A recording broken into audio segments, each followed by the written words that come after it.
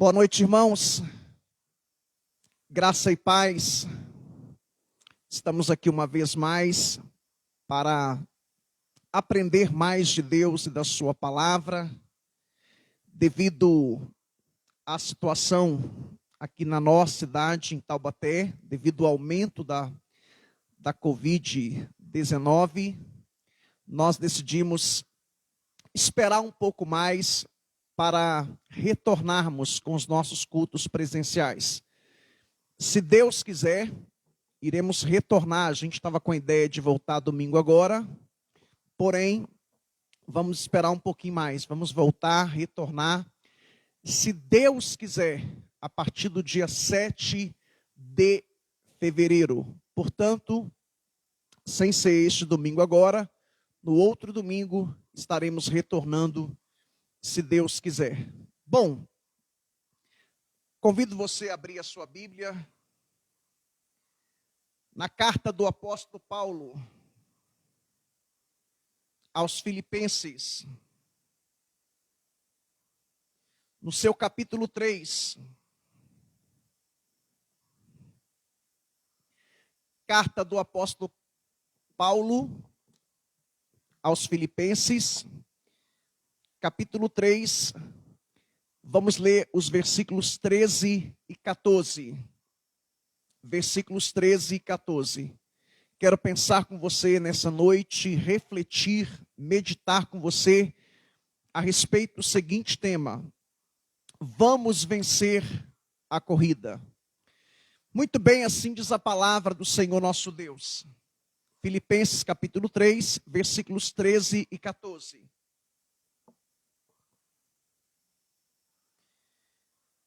Irmãos, quanto a mim, não julgo havê-lo alcançado, mas uma coisa faço, esquecendo-me das coisas que para trás ficam e avançando para as que diante de mim estão. Prossigo para o alvo, para o prêmio da soberana vocação de Deus em Cristo Jesus. Muito bem. É muito importante que você entenda nessa noite também o contexto dessa carta. Essa carta foi escrita pelo apóstolo Paulo por volta do ano 60 a 62 da era cristã, isto é, depois de Cristo. Essa carta é uma das cartas da prisão. Paulo escreveu a carta de Efésios, Filipenses, Colossenses e Filemão, quando Paulo se encontrava na sua primeira prisão.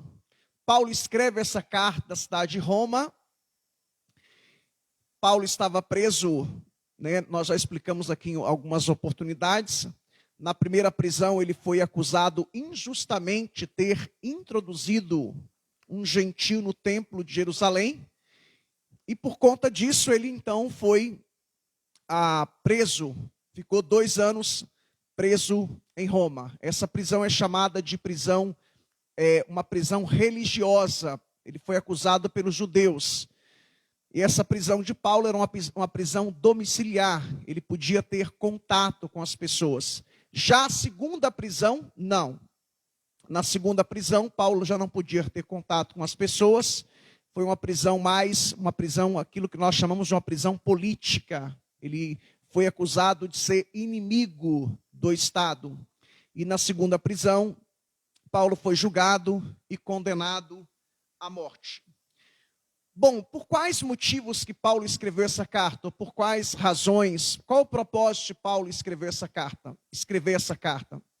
Primeiro propósito que Paulo escreve essa carta, Paulo escreve essa carta para agradecer os irmãos da igreja de Filipos. Filipos ficava na parte norte da Grécia, na Macedônia.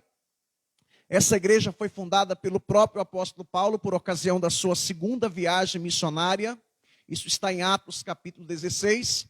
E essa igreja ela se tornou uma igreja parceira do apóstolo Paulo. Essa igreja ela era uma igreja muito generosa. Então Paulo escreveu esta carta para agradecer os irmãos da igreja de Filipos pela sua generosidade. E a gente vê isso em várias passagens, Filipenses capítulo, por exemplo, Filipenses capítulo 4, versículo 15 e 16, Paulo agradece àquela igreja, porque enviou oferta para Paulo quando Paulo estava em Tessalônica. A gente vê 2 Coríntios capítulo 11, versículo 8 e 9. A gente vê 2 Coríntios capítulo 8, versículo de 1 a 4. Essa igreja enviou oferta para Paulo quando ele estava pastoreando em Corinto. E essa igreja enviou também, a gente vê isso em Filipenses 4, 18, enviou oferta, donativos para Paulo quando Paulo se encontrava em Roma. Essa igreja enviou até a cidade de Roma Epafrodito, que era um dos líderes, possivelmente ele era o pastor da igreja de Filipos, para levar uma oferta, donativos para Paulo. Então esse é o primeiro propósito que Paulo escreve essa carta.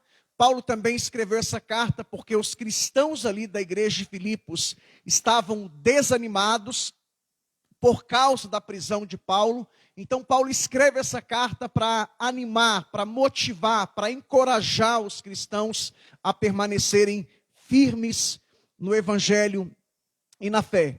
Havia também naquela igreja uma falta de unidade, uma desunião, uma rivalidade. A gente vê isso no capítulo 2. A gente vê isso também no capítulo 4, duas mulheres, duas membros daquela igreja, Evódia e Síndique, elas estavam tendo problema de rivalidade. Então Paulo escreve essa carta, ele faz um apelo no capítulo 2 e também no capítulo 4, para que aquela igreja pudesse manter unida, para que aquela igreja pudesse manter a unidade e também a humildade. E por fim, Paulo escreve essa carta, a gente vê isso no capítulo 3, porque havia ali alguns falsos mestres que tinham se instalado naquela igreja, eram os judaizantes. Esses judaizantes eram judeus convertidos, entre aspas, ao cristianismo, e eles ensinavam que a salvação não era simplesmente por meio da fé, não era mediante a fé, como Paulo ensinava. A salvação ela é pela fé, pela graça, mediante a fé. Eles então adicionavam algumas práticas. Para eles, as pessoas tinham que se circuncidar, tinham que guardar o sábado, tinha a dieta judaica, tinha um calendário judaico. E isso ia contra a teologia dos apóstolos, a teologia do Novo Testamento, porque a salvação ela é pela fé mediante é pela graça mediante a fé. É pela graça mediante a fé. Então Paulo, ele combate esses judaizantes no capítulo 3. E quando nós chegamos aqui no capítulo 3, irmãos, a gente vê que no capítulo 1, Paulo fala sobre a supremacia de Cristo. No capítulo 2, ele fala sobre o outro na frente do eu. Mas já no capítulo 3, ele apresenta a sua biografia, no capítulo 3, dos versos 1 até o versículo 11.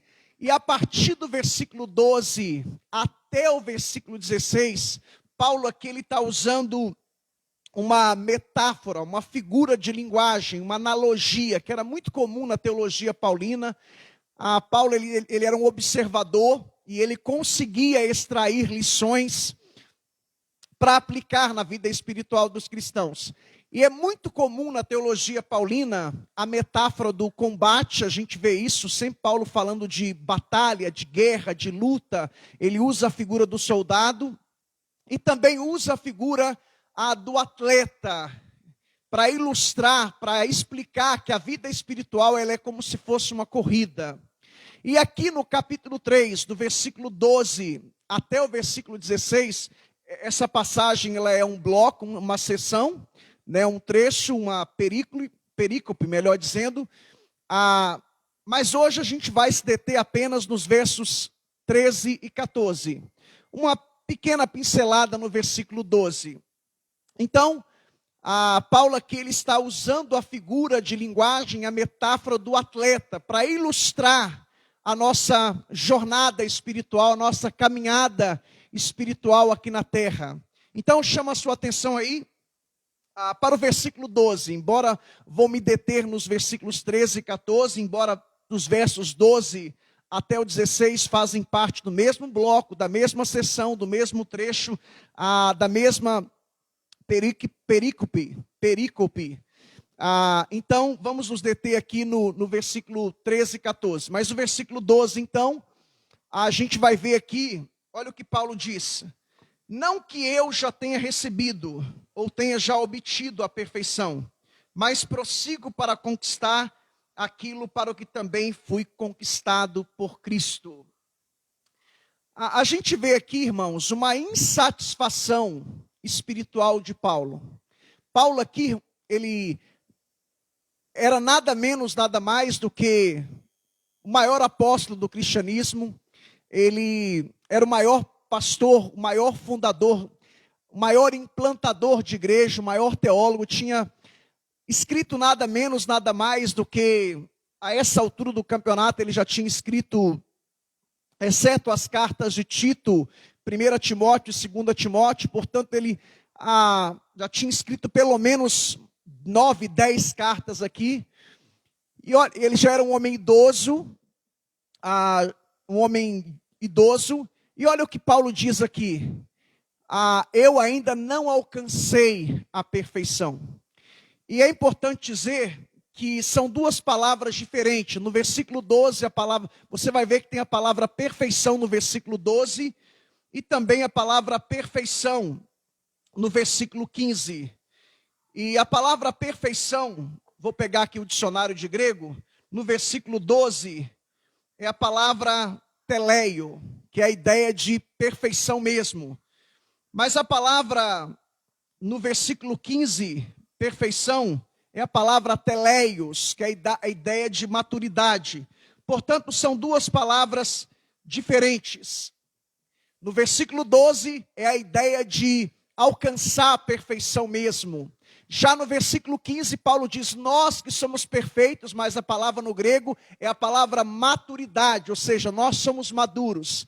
No versículo 12, Paulo diz, nós não somos perfeitos porque eu estou em busca da perfeição. Porque o padrão de Paulo, o modelo de Paulo era o Senhor Jesus. Então, a ideia de Paulo era buscar uma semelhança com Cristo. E Paulo diz, olha, eu não alcancei ainda. Então Paulo está falando aqui de uma insatisfação espiritual. Ou seja, eu quero continuar crescendo. Eu ainda não alcancei o nível máximo. Eu ainda não atingi o ápice, o clímax. Não atingi ainda o nível máximo da vida cristã, da caminhada cristã. E aqui eu quero fazer uma aplicação, irmãos. Quem falou isso foi Paulo. O homem que teve experiências fantásticas. O homem que praticamente formatou as doutrinas do cristianismo.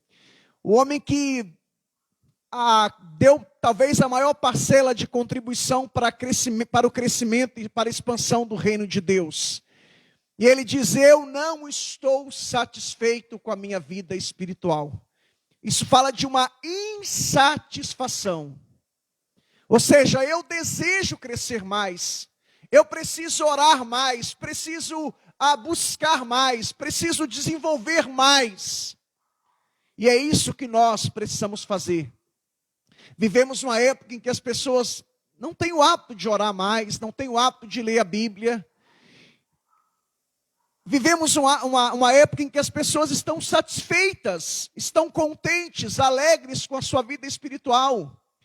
E eu tenho aprendido, irmãos, que quanto mais você se aproxima de Deus, mais você entende que você precisa buscar mais. Quanto mais você ora, quanto mais você lê a Bíblia, quanto mais você busca a face de Deus, você percebe que você precisa orar mais, buscar mais, ler mais a Bíblia, se consagrar mais. Então o versículo 12 fala de uma insatisfação espiritual. Se você está satisfeito com a sua vida, espiritualmente falando, tem algo de errado com você. Porque Paulo estava insatisfeito. Paulo diz, eu ainda não alcancei, Eu ainda não atingi o meu objetivo, a minha meta. Eu preciso crescer mais, eu preciso desenvolver mais. É claro que o texto aqui está falando de santificação, de dedicação, de aplicação. O texto aqui, ele não se aplica, aliás, o contexto do texto não tem nada a ver com vida secular, com vida material. Mas uma das regras da hermenêutica é que todo texto ele tem apenas um sentido, mas ele tem muitas aplicações. Embora o texto aqui não fale nada de vida secular, de vida material, mas nós podemos aplicar. Sabe, irmãos, a gente deve estar sempre insatisfeito, a gente sempre tem que querer melhorar, como marido, como esposa, como filho, como cristão, como empregador ou empregado, como cidadão. A gente tem que estar sempre insatisfeito. Eu preciso produzir mais, eu preciso render mais, eu preciso melhorar, eu preciso crescer. A gente tem que estar sempre querendo melhorar. A gente tem que estar sempre querendo progredir, render mais e produzir mais. Isso se aplica em todas as áreas. Se você está satisfeito, você não vai crescer mais, você não vai progredir mais, você vai literalmente parar no tempo. Me recordo do próprio apóstolo Paulo, escrevendo a sua segunda carta a Timóteo, lá no capítulo 4, ele estava preso na sua segunda prisão, aguardando o julgamento e a condenação, e de fato ele foi julgado e condenado à morte, foi decapitado, segundo a tradição, por volta do ano 67. E Paulo, escrevendo a Timóteo, ele diz: olha, eu quero que você venha depressa. E ele dá uma lista de coisas que ele queria que Timóteo trouxesse. Ele fala, traga a capa. E ele fala também, traga os pergaminhos, que eram escritos do Antigo Testamento, e possivelmente os evangelhos, e possivelmente até algumas das suas cartas mesmo. Ou seja, estou velho, estou condenado à morte, mas eu preciso crescer mais. Eu preciso melhorar mais, eu preciso render, produzir mais. Então nunca pare de crescer. Chama a sua atenção agora para o versículo 13. Olha só o que diz o versículo 13. Irmãos, quanto a mim não julgo havê-lo alcançado, mas uma coisa faço, esquecendo-me das coisas que para trás ficam e avançando para as que estão diante de mim. Aqui a gente vê o foco, a dedicação de Paulo. Embora ele não alcançou o objetivo, a meta que era ser semelhante a Cristo. E lá no capítulo 11 da primeira carta de Paulo aos Coríntios, como também aqui em Filipenses, no capítulo 2, Paulo fala, sede meus imitadores, e lá no capítulo 11 ele fala, sede meus imitadores, capítulo 11 de 1 Coríntios, e aqui em Filipenses ele fala, sede meus imitadores, sede imitadores de Timóteo, de Epafrodito. É claro que é no sentido caráter, conduta, ética, moral. É nesse sentido que Paulo diz que a gente deveria ser imitador de Cristo. Caráter, conduta, ética e moral. Ou seja, eu me espelho em Cristo e eu quero que vocês sejam meus imitadores, como eu sou de Cristo. Mas a ideia aqui nesse versículo é a ideia de ser semelhante a Cristo. Então Paulo diz, olha, eu não alcancei esse objetivo ainda. Mas não é porque eu não alcancei que eu vou cruzar os meus braços. Não é porque eu alcancei que eu vou tirar o time de campo, ou vou abandonar o barco, ou vou jogar a toalha. Não, vou manter-me dedicado e focado. Eu quero conquistar, eu preciso conquistar. Esse é o meu foco, esse é o meu objetivo. E deixe-me dizer algo para você. Os vencedores são os que se concentram e mantêm os seus olhos fixos em seu objetivo, sem deixar que coisa alguma os distraia. É isso que Paulo está dizendo, olha, nada vai me distrair. O meu foco é Cristo. O meu foco é ser semelhante a Cristo. É isso que Paulo está dizendo aqui nesses versos. Esse é o meu foco, é o meu objetivo, a minha meta. É ser parecido, é ser semelhante com Cristo. E aqui você deve se recordar que Paulo está usando a figura do atleta. Possivelmente aqui, segundo muitos estudiosos, muitos comentaristas, estive estudando hoje, ontem essa palavra, lendo os meus comentários bíblicos, a ideia aqui, não sei se você já viu aquele filme do Ben-Hur, é a ideia daquele carro de corrida, que tinha uma roda à direita, uma roda à esquerda, e o corredor tinha o cavalo à frente, ele tinha que manter com a sua rédea, focado, olhando sempre para frente. Por quê? Porque se ele olhasse para a direita, para a esquerda ou para trás, poderia haver uma colisão. E também iria haver ferimentos graves. Então a ideia aqui é a ideia de alguém que não pode perder o foco, não pode se distrair. Ele tem que manter sempre focado. Então o que Paulo está dizendo aqui, olha, o meu foco, o meu objetivo, a minha meta é ser semelhante, parecido com Cristo. E a gente sabe que na justificação, a justificação, ela é um ato, né, em que Cristo nos justifica, nos declara de pessoas injustas, justas, de pessoas culpadas, inocentes.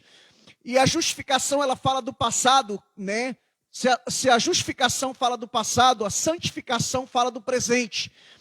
Se a justificação é um ato instantâneo, e Deus faz isso, Ele nos declara justos diante de Deus através dos méritos de Cristo. Na santificação, a santificação é um processo, é gradual, é a ideia de Deus trabalhar em nós e através de nós, é uma parceria, aquilo que se diz em inglês, together, é uma parceria. E a gente vê isso em toda a Bíblia. A soberania de Deus não anula a responsabilidade humana.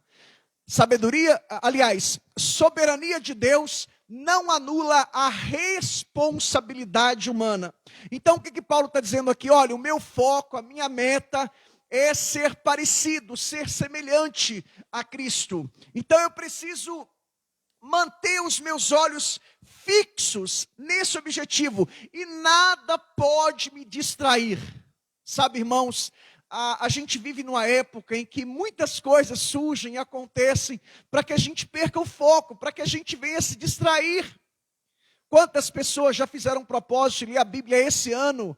E nós estamos o quê? No final de agosto, alguns já estão perdendo o foco, já está surgindo algumas coisas que estão te fazendo distrair, e você já não está orando mais. Aliás, não está lendo a Bíblia como você falou, não, esse ano eu vou ler a Bíblia.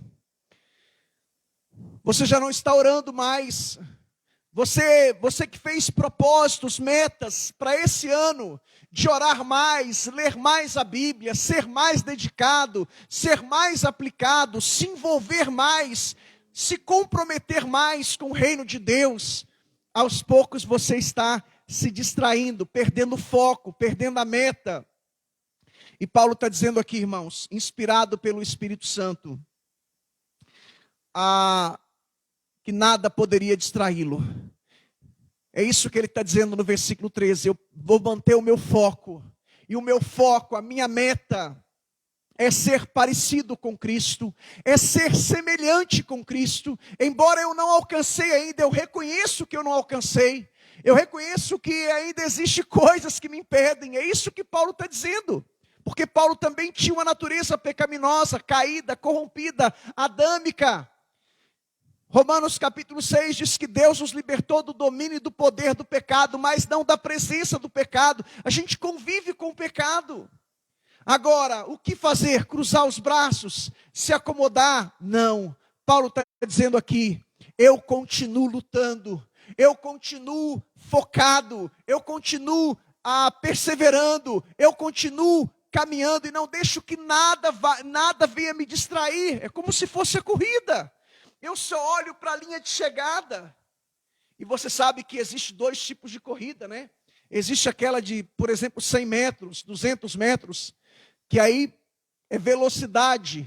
Mas aqui, me parece que o contexto aqui, e também alguns comentaristas têm esse entendimento, é que é um contexto de uma maratona. Maratona não é simplesmente velocidade. Para uma corrida de 100 metros, 200 metros, aí sim velocidade. Mas para uma corrida de 20, 30, 40 quilômetros, é uma maratona, aí sim resistência. E é isso que Paulo está dizendo. Quantas pessoas você conhece que começou a sua caminhada cristã com todo vapor, com todo ânimo, com toda motivação? Aí surgiu os obstáculos, as oposições, os imprevistos, as situações difíceis, as circunstâncias diversas, e essa pessoa foi só diminuindo, tirando o pé do acelerador e começou a colocar o pé no freio. A ideia aqui é de uma corrida de resistência. De resistência. Você sabe que eu fui atleta durante uma época da minha vida e eu já participei de várias atividades físicas de velocidade, treino de 50, 100 metros, que é um treino de explosão, de arrancada, de velocidade. Mas já participei de treinamento que a gente corria 10, 12 quilômetros. É uma corrida de resistência. E você não pode começar a todo vapor, você tem que manter um ritmo. Você tem que manter o ritmo. A gente vê isso na corrida de São Silvestre. A gente vê aqueles amadores, eles começam e nos primeiros 3, 4, 5 quilômetros, eles disparam na frente. E aí os quenianos estão lá atrás. Mas quando chega a 10 quilômetros, 11, 12, principalmente na Avenida na Paulista lá, subida, não é isso? Na Paulista, cadê essas pessoas? Somem, desaparecem. E os quenianos mantêm focado. E eles permanecem firmes. Por quê? Porque é uma corrida de resistência. Vida cristã, irmãos. É claro que é importante velocidade dentro de alguns contextos. Mas o mais importante é resistência. E como ter essa resistência? Num contexto de corrida, a pessoa tem que se alimentar bem, tem que dormir bem, tem que treinar bem. E num contexto espiritual, oração, consagração, leitura bíblica, frequência dos cultos, é a ideia de estar sempre olhando para o alvo, e nunca olhe para a direita, para a esquerda. É o que está lá em Lucas capítulo 9, versículos 60, 61, 62, que diz que aquele que colocou a mão no arado, não pode olhar para trás. Por quê? Eu não sei se você já teve experiência, eu sou de uma cidade pequena, eu já vi pessoas trabalhar com arado. Claro que hoje é um outro contexto, o arado de hoje não é como nos tempos bíblicos, mas o arado era um instrumento que você ia passando para a terra, para cultivar a terra, para lançar sementes, e se você olhasse para trás, o arado tombava. Então você tinha que manter o foco. Então é isso que Paulo está dizendo aqui: mantenha o seu foco, a sua caminhada. Isso, é claro, o contexto aqui é um contexto espiritual, de santificação, mas você pode aplicar isso em todas as áreas. Eu me lembro que uma das experiências que eu tive, quando comecei a fazer a teologia, há muitos anos atrás, há mais de 20 anos atrás, eu me lembro que a minha turma, nós éramos mais de 50 alunos, mas que concluiu o curso, me parece que 10, 20 pessoas. Quantas vezes as pessoas começam animadas, motivadas, mas aí surgem algumas coisas, essas pessoas desistem. Elas param no meio do caminho. Casamento, pela graça de Deus, já estou casado, eu vou completar esse ano há 24 anos de casado. Mas quantas pessoas que eu conheci que ficaram casados 2, 3, 5, 7, 8 anos? Por quê? Porque gastaram energia antes da hora. Casamento fala de resistência. Claro que é importante ter velocidade, se aplica em todas as áreas, mas resistência é focar, é manter o alvo, a meta. Então você pode aplicar isso aqui em todas as áreas. Mantenha o foco. Aonde você quer chegar? Quais são os seus alvos, suas metas, seus propósitos, seu objetivo, seus sonhos, seus projetos? Mantenha o foco. Mas o mais importante na vida é a caminhada cristã, é a vida espiritual. É o que está lá em Mateus 6,33. Busque primeiro o reino de Deus e a sua justiça. As demais coisas é segundo, terceiro plano. É importante, mas é uma questão, Mateus 6,33 é uma questão de prioridade. É necessário você estudar, sim, trabalhar, sim, ter momentos de lazer, sim. Nada disso é errado, mas a prioridade da sua vida tem que ser o reino de Deus e a justiça de Deus, é ser parecido, semelhante com Cristo. Não é errado querer crescer, querer vencer na vida. Não é errado ter sonhos, projetos, querer fazer uma faculdade, uma pós-graduação, um mestrado, um doutorado, um pós-doutorado. Nada disso é errado. E Paulo está falando, a gente tem que ter, o segredo é manter o foco. O segredo o foco é o segredo da concentração, irmãos. Ou melhor, a concentração é o segredo do sucesso. Então mantenha o foco. Mas o mais importante é a sua vida espiritual, é o seu crescimento espiritual, é a sua caminhada cristã. Então mantenha o foco. Eu vou repetir essa frase. A concentração é o segredo do sucesso. Foco. Há mais de 20 anos eu fiz um propósito. Obrigado, Rodrigo. Há mais de 20 anos eu fiz um propósito de orar no mínimo 1 hora. De preferência pela madrugada ou pela manhã. E pela graça de Deus, tem dia que eu oro 1h30, 2 horas, até mais. Eu fiz um propósito de todos os dias, eu fiz um propósito de ler a Bíblia, no mínimo 1 vez por ano. E pela graça de Deus, já tem alguns anos que eu estou conseguindo atingir essa meta. Eu chamo esse período de devocional, de tempo de qualidade. E pela graça de Deus, eu passo todos os dias, no mínimo 3 horas, em oração e leitura bíblica. Tem dia que pela graça de Deus, até 8 horas, orando, lendo a Bíblia, lendo livros, estudando. Já teve dia que até 12 horas, pela graça de Deus. Mantenha o foco, aonde você quer chegar. Isso tudo você precisa manter o foco. Esse é o segredo. Eu chamo a sua atenção agora para o versículo 13, ainda a parte B do versículo. Olha o que diz aí a parte B do versículo. Paulo diz no versículo 13. Uma coisa faço, esquecendo-me das coisas que para trás ficam e avançando para as que estão diante de mim. Você já parou para pensar se Paulo ficasse focado nas coisas do passado? Esse camarada, ele ia ter que procurar um psicólogo, um psiquiatra, embora naquela época não existia nada disso, né? Isso só começou psicólogo, psiquiatra, século XVIII, século XIX. Mas já pensou, contextualizando, ou trazendo para os dias atuais, Paulo foi um matador de cristãos. Ele não só matava, como dava ordem para matar os cristãos. Como que era a consciência desse indivíduo, desse camarada? Um camarada que cometeu muitos erros no passado. Mas olha o que ele diz aqui. Uma coisa eu faço, esquecendo-me das coisas que para trás ficam. Deixe-me dizer uma coisa para você. Todo ímpio, todo pagão, todo incrédulo, ele é controlado pelo passado. Mas o cristão que participa da corrida, ele olha para o futuro.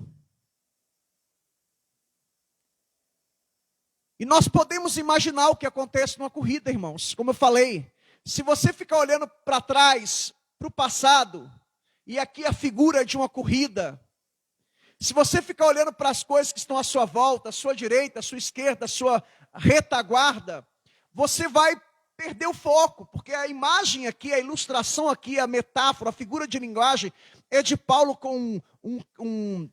sobre um carro, sobre um cavalo, é como se fosse naquele filme Ben-Hur, e mantendo firme naquela corrida, e se olhar para a direita, para a esquerda, o carro vai sofrer colisão e ferimentos graves. Então Paulo está dizendo aqui, eu procuro esquecer das coisas que para trás ficam. E na Bíblia, irmãos, deixe-me dizer algo muito importante aqui. Esquecer não significa deixar de lembrar. Quando Deus diz na sua palavra assim, dos seus pecados eu não me lembro mais, ou eu vou esquecer e lançar no mar do esquecimento. Não é que Deus tem Alzheimer ou amnésia, não é isso. Na Bíblia, esquecer não significa deixar de lembrar. Esquecer na Bíblia significa não ser mais influenciado ou afetado por algo. É isso que significa esquecer na Bíblia. Ou seja, isso que você fez, esse pecado, esse erro, ele não me influencia mais e ele não me afeta mais. É isso que significa, é isso que Paulo está dizendo sobre esquecer o passado. Há uma passagem que ilustra bem isso, lá em Hebreus capítulo 10, versículo 17. Quando diz que Deus diz na sua palavra: não me lembrarei dos seus pecados e das suas iniquidades para sempre. Isso está em Hebreus capítulo 10, versículo 17. Eu vou repetir esse versículo. Deus diz na sua palavra em Hebreus 10, 17: não me lembrarei dos seus pecados e das suas iniquidades para sempre. O que significa esse texto de Hebreus capítulo 10, versículo 17? O que Deus está dizendo aqui? Parafraseando o que Deus está dizendo: eu não vou acusá-lo desses pecados mais.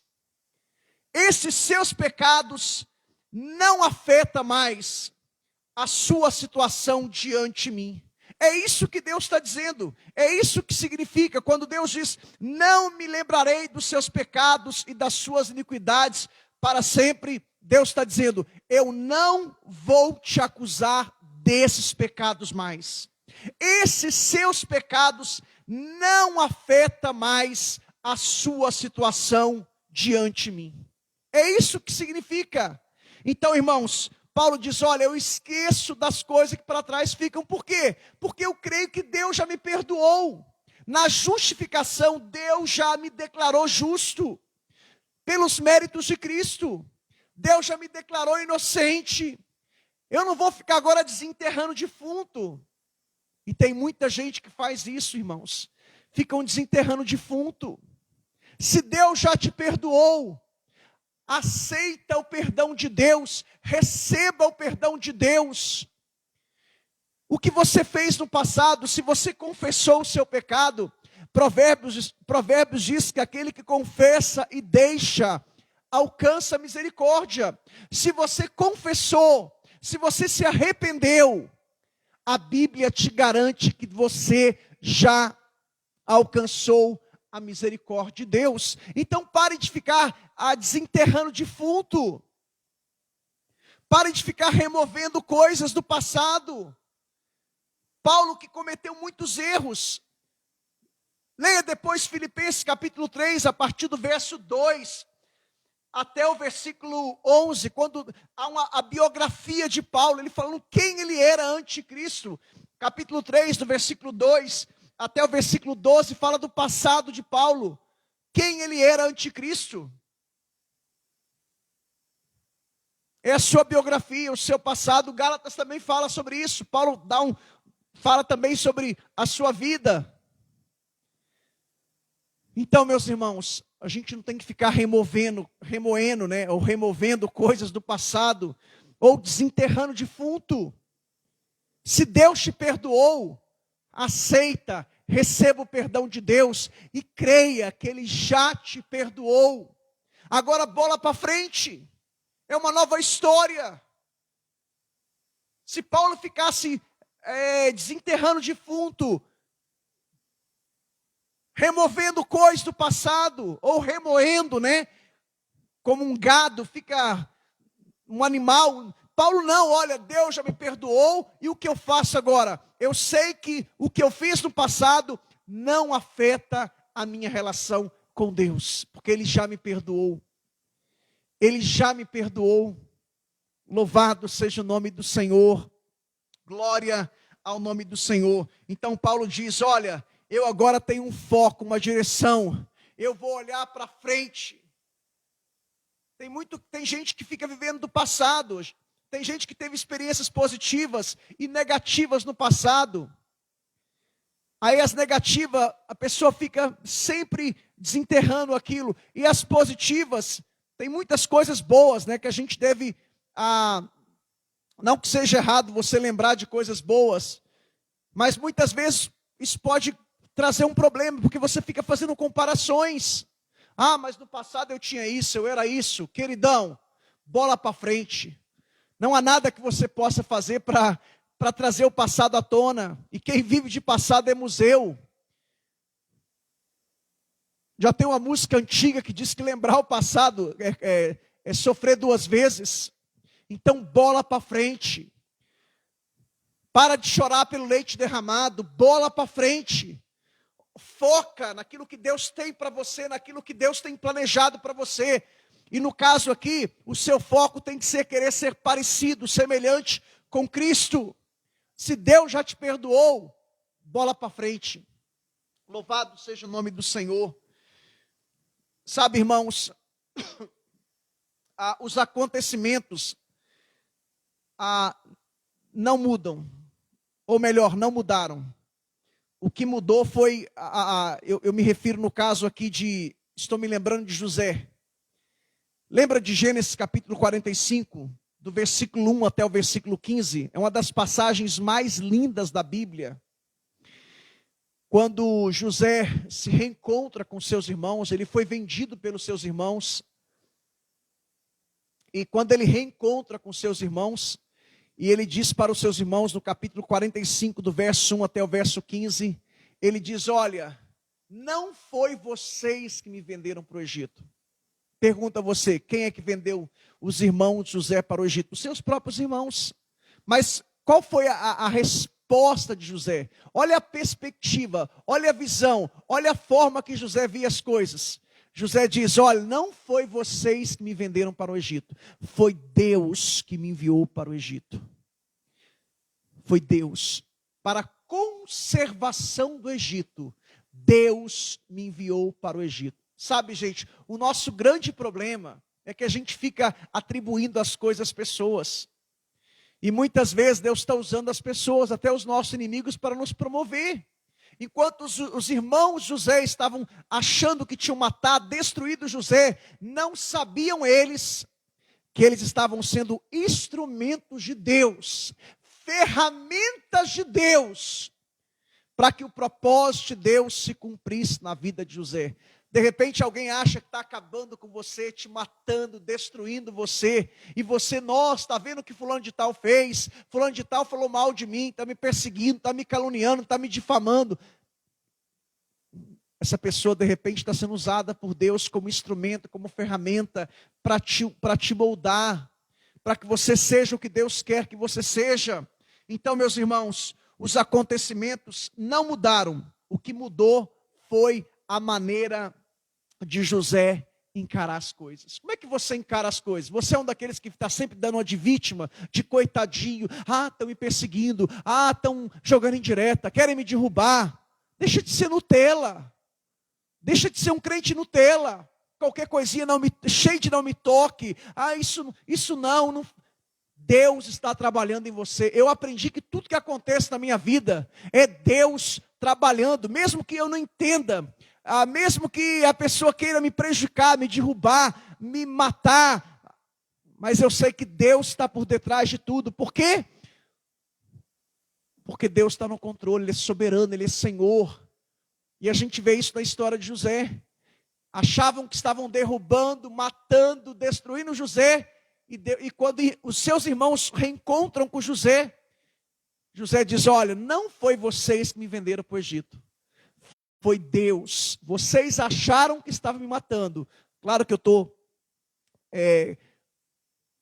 no caso aqui, eu estou falando um grifo meu mesmo, né? Mas parafraseando, é isso que José estava dizendo. Vocês acharam que estavam matando, me destruindo, acabando com você, comigo, mas na verdade foi Deus que me enviou. Foi Deus que permitiu tudo isso. E tudo na vida, irmãos, ou é decreto de Deus, ou ordenança de Deus, ou permissão de Deus. Tudo na vida. Deus nunca é pego de surpresa. Deus vê passado, presente e futuro. Ele é soberano. Tudo na vida, eu vou repetir, ou é decreto de Deus, ou ordenança de Deus, ou permissão de Deus. Deus está no controle de tudo. No controle de tudo, melhor dizendo. E a sua vida está nas mãos de Deus. Fica firme, mantenha o foco. E eu termino com isso, versículo 14. Olha o que diz o versículo 14. Prossigo para o alvo, para o prêmio da soberana vocação de Deus. A palavra prossigo aqui é um verbo que tem o sentido de esforço intenso. E os gregos costumavam usar esse termo para descrever um caçador perseguindo uma presa. Eu não sei se você já teve experiência de caçar. Eu já tive alguma experiência um pouco frustrada quando adolescente, caçar tatu. Mas para quando você vai caçar um animal, você tem que manter o foco e você tem que ficar firme. Então o que Paulo está dizendo aqui, a palavra prosseguir, é a ideia de um caçador que está perseguindo uma presa. Eu gosto muito de ver o mundo animal, né, o Animal Planet, e você vê lá os leões, os leões caçando as suas presas. E você vê outros animais, e eles ficam lá, eles têm a estratégia, a tática deles. E eles passam horas, muitas vezes, focado para pegar a sua presa. E Paulo está dizendo aqui, uma coisa eu faço, eu prossigo para o alvo. Para o alvo. A palavra alvo aqui, é uma palavra grega também. Vou pegar para você ver aqui, deixa-me pegar o meu dicionário aqui. Versículo 14, prossigo para o alvo. É a palavra escopos no grego. É a ideia de guardar sentinela. É a ideia de manter focado, vigiando, olhando para a sua presa. É a palavra escopos no grego. Então, meus queridos irmãos, se você está, no caso aqui, prossigo para o alvo, é como se fosse um animal caçando a sua presa. Então, o que Paulo está dizendo aqui é o seguinte: olha, o meu alvo, o meu escopos, a minha meta, o meu objetivo é ser parecido com Cristo, é buscar o prêmio da soberana vocação de Deus em Cristo Jesus, é a vida eterna. Ou seja, tudo nesse mundo é secundário. E a gente vive uma época, irmãos, que as pessoas estão ficando bem mais terrenas, mais humanas. E nós estamos aqui de passagem, a vida é curta, breve e passageira. Nós somos peregrinos, somos estrangeiros. O nosso foco maior é o reino de Deus. Jesus Cristo está voltando. A gente está vendo diante dos nossos olhos todos os sinais se cumprindo, melhor dizendo. Jesus Cristo está voltando. Como é que está a sua vida espiritual? Foca, como um caçador que está caçando a sua presa. Mantenha firme. Não deixe que nada roube a sua atenção. E a palavra alvo aqui, que é a palavra escopos, é a ideia de uma linha de chegada em uma corrida, no qual os corredores fixam, melhor dizendo, os seus olhos na linha de chegada. Olhe para a linha de chegada. E no caso, uma corrida de resistência, é diferente uma corrida de 100 metros, de 200 metros, que você consegue ver a linha de chegada. Aqui é uma maratona de 20, 30, 40 quilômetros. Você não vai ver a linha de chegada, exceto quando você estiver próximo, chegando. Então mantenha o seu alvo, olhe para frente. Seja determinado. Sabe, irmãos, lá no mundo grego, em Atenas, tinha as Olimpíadas em Atenas, e lá em Corinto tinha os Jogos Isthmicos. E a ideia aqui, irmãos, é que ao fim de cada corrida, o juiz anunciava o vencedor e o chamava para receber o prêmio nos Jogos Olímpicos, que era uma coroa de louros.